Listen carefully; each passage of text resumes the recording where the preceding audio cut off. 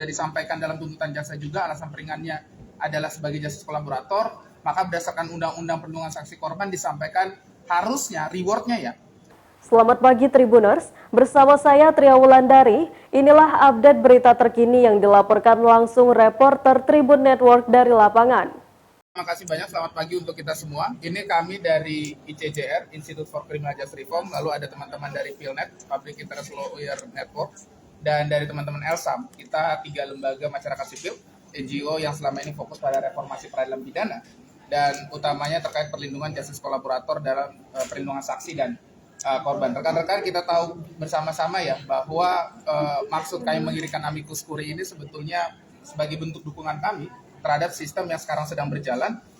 Bagaimana kemudian Baradae ya, salah satu terdakwa dalam kasus ini sudah mendapatkan perlindungan dari LPSK, baik dari sisi perlindungan khusus ataupun perlindungan yang selama ini berjalan secara proses. Di ruang sidang di pengadilan juga rekan-rekan saya rasa kita lihat semua ya, masyarakat juga melihat bagaimana kemudian hakim sudah sangat baik memperlakukan beliau, jaksa juga begitu sudah sangat baik, dan LPSK sudah menjalankan tugas dengan baik, sampai dengan kemudian kita melihat tuntutan yang diberikan kepada saudara Baradae.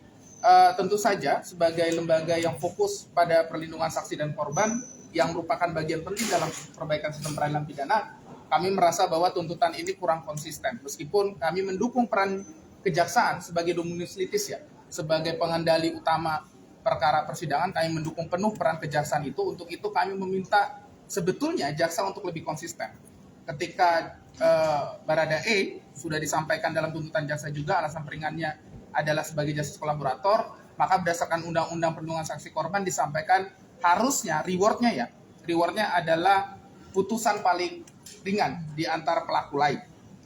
Meskipun ini masih tuntutan, maka itulah kenapa kami mendukung peran pengadilan di sini. Amicus curiae ini sebetulnya adalah dokumen yang dikirimkan oleh para pihak yang berkepentingan, para ahli biasanya, sudah menjadi praktek di negara kita juga. Kami mengirimkannya sebagai bentuk persahabatan, sahabat pengadilan begitu ya, bentuk dukungan kami pada pengadilan, untuk kemudian pengadilan bisa memberikan putusan yang adil, sesuai peraturan perundang-undangan, yaitu begitu Baradae ini dianggap sebagai justice kolaborator, maka harusnya putusan yang diberikan, reward yang diberikan adalah putusan yang paling ringan dari terdakwa lainnya. Nah, pertanyaannya kan kenapa penting? Kan begitu ya. Apakah ini hanya soal Baradae? Jawabannya tidak, rekan-rekan.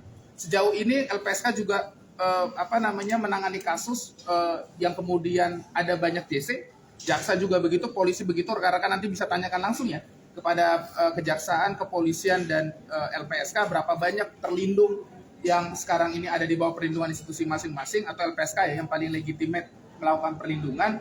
Berapa banyak kasus yang terungkap begitu ya karena ada justice kolaborator. Di dalam dokumen ini kami sudah terangkan beberapa contoh begitu ya, supaya hakim juga bisa melihat praktek justice kolaborator ini sangat penting, apalagi untuk kejahatan-kejahatan terorganisir, rekan-rekan, seperti kasus-kasus korupsi, narkotika. Justice kolaborator sangat penting. Untuk itulah kami meminta hakim memberikan pesan. Nah, ini yang paling penting. Pesan ini yang paling penting disampaikan hakim. Nantinya dalam putusan tentu saja, ini proses masih berlangsung ya, kita hargai proses yang berlangsung. Kita berharap nanti dalam putusan hakim bisa mengambil peran itu. Apa itu? Untuk memberikan putusan kepada Baradae seadil-adilnya atas perannya sebagai justice kolaborator, yaitu secara undang-undang memberikan putusan reward ya, putusan paling ringan di antara terdakwa lainnya. Itu kurang lebih.